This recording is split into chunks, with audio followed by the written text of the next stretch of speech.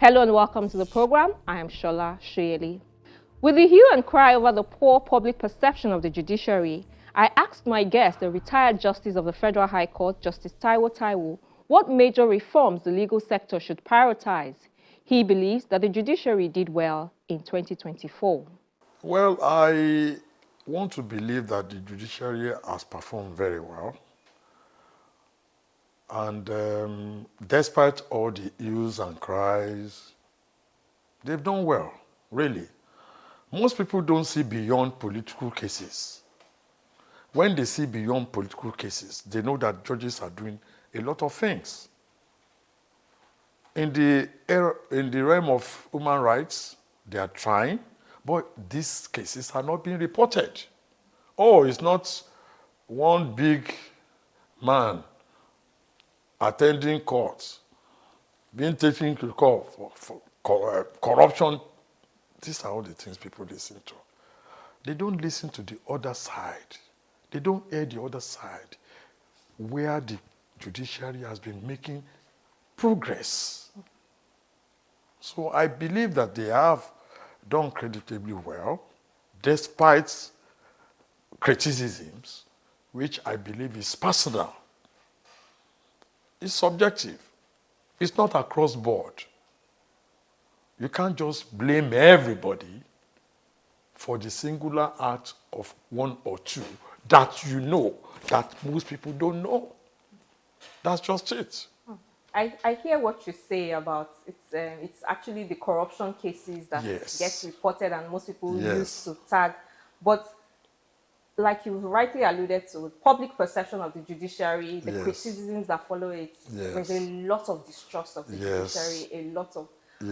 What's, even though you say it's very few cases, but how do you think that the judiciary can, I don't know, maybe do better to engender public trust and confidence? Well, you see, the issue of public trust is something that a lot of connotations come into it.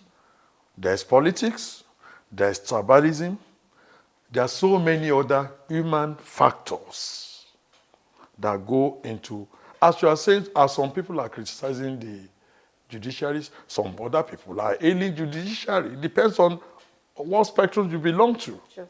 But I want to say that if the judiciary can be more open in the way judgments are delivered. And then, of course, I want to believe that some people ought to be able to explain to the public why some judgments are delivered that way. Because judges cannot explain. This is why I deliver my judgment. No judge can do that. Because judges are to be seen. Yes, and not to be heard. But some people that ought to do that, unfortunately, and most unfortunately, they are not doing their job. Who are the people that should These do are that? the attorneys general of the state and of the federation. They ought to be able to explain to the public that this is the law. This is why the judge arrived at this decision. They can't throw everything out like that and pretend as if nothing is happening. Somebody must speak for the judges. They must speak for the judges. It's very annoying that you now envelope everybody. Because there really are a lot of good judges. Yes, a lot. They are doing good jobs. There are also issues surrounding the appointment of judges and promotion of judicial officers. Do you still think that the current process is sufficiently merit-based? You see, the point is this. I do not subscribe to the issue of promotion, especially when it gets to the hierarchy. If you take a cue from the United States of America, you don't have to be the most senior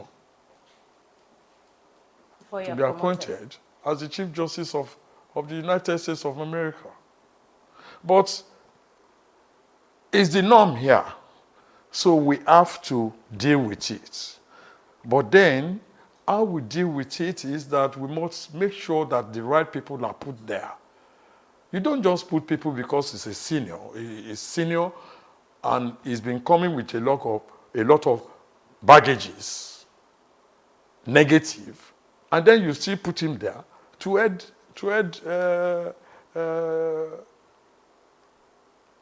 an arm of government, which is the judicial arm of government. And aside that, I have this idea that on the issue of appointment of judges, a lot needs to be done. A lot needs to be done. And I hope the Chief Justice of Nigeria, because I know she's well-meaning, will get some people around and see how this issue can be addressed adequately. The issue of appointment and promotion of judges from one cadre to the other. Because we have a serious problem, yes. Because what you said about lobbying, I know it's not peculiar to the judiciary. No, it's not. not. Almost in any it's area, not. You have to lobby. It's but we not. shouldn't allow it in our judiciary. No. You see, when it comes to the issue of judiciary, it's a different matter entirely.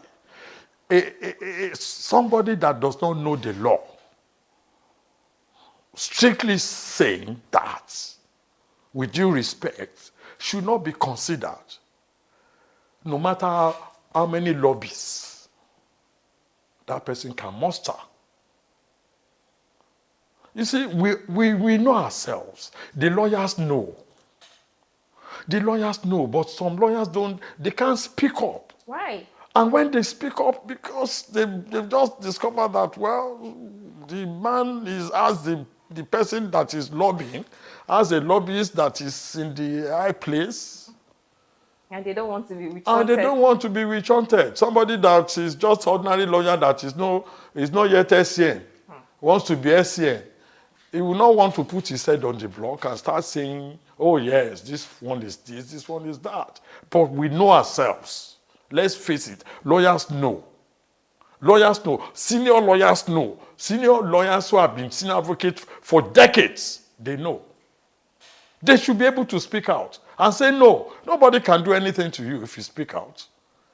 And especially if it's a collective. Yes, if it's a collective thing, you can't target any of them. Yes, and if you come out and say it, and the person goes in one way or the other due to backings from lobbies, and it messes up, you can now stomp your chest and say, did I not tell you? Did I not tell you? But I don't know why people are keeping quiet. It's a very serious thing. We have to look into it. Can the NBA help? Well, the NBA can help. But the point is that the issue of the NBA, it depends on who is there and how close the person is to the powers that be, whether in the judiciary or in the executive. It depends. Yes, the NBA can help. But then, how many times has the NBA stood up to say, no, we are not going to take it? Look at the time, the period the judges were attacked in their homes. What did the NBA do? Some lawyers were even clapping, when in fact they don't even have the facts of what transpired, what led to it. They don't even have it. But they are very happy. Oh yes, oh yes. I was ashamed at that time because that was the period I was there. And then people started looking at me as if I'm a billionaire. Yes, it was an exposure of the judges that ought not to have been allowed in the first place. Let's be civil. Lawyers should be civil. Let's be civil. Let's bring back this profession to what it used to be. Let's bring it back to what it used to be. Milo, the issue of conflicting and inconsistent judgments. Yes. We saw a few instances of that. Why do you think that still persists? Because that's one of the reasons why people say, oh, the judiciary is corrupt. Yes. There's no certainty in our laws. Court A will say one thing, Court B will say another. Courts of the same jurisdiction. Yes, you see, I have looked at that issue. The problem is that of synergy, communication, intra the various judges. If I have a judgment that is recondite in law, circulate it to all the other judges. Let them read. You know, some people can distinguish and depart. But where the law is clear, there's nothing you can do about it.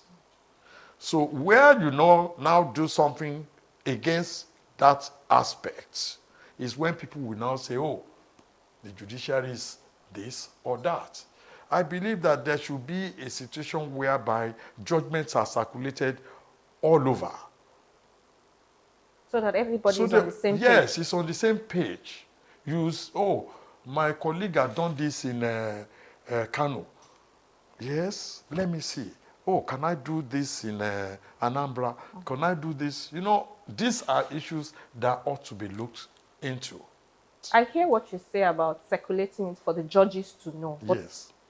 From your experience, and now I want to talk about the lawyers, because before a judge can give a judgment, a lawyer must have filed and made submissions before that judge. So do you agree with those who say that lawyers, particularly senior ones, are even the ones responsible for much of the corruption that we see in the administration of justice? The law is already clear. A judge in Kano has given a judgment on this, and then you go and take the same case and file in Anambra or some other state. You see, the LPDC, I'm so sorry, are not,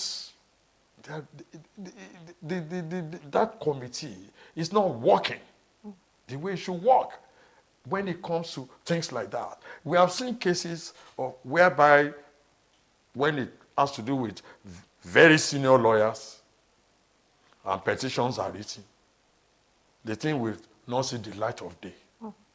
The NBA must rise up to this occasion to make sure that lawyers, no matter who, the heavens will not fall. Let us open the backside of the ostrich or the turkey and let people see what A or B are doing. If it's a disservice to the legal profession, the NBA must say something about it. The LPDC is a committee of the NBA. Yes, that's the Legal Practitioners Disciplinary Committee. Yes. So that's an admission that the NBA is not doing enough. It's not doing enough. It's through the committee, the LPDC. It's LPDC. not doing enough. Don't let's deceive ourselves, especially when it comes to very senior lawyers. They won't do anything. It's a matter of rob my back, I rob my, oh no, we cannot offend so and so. Why won't you offend so and so? If the person is going to rubbish your profession, you must be able to tell the person what you are doing is wrong. Let's then look at the legal practitioners have rules. If you follow the rules of the legal, you won't see all these cases being filed, frivolous cases being filed by lawyers all over the place. But nobody is doing anything about it. And that is the problem.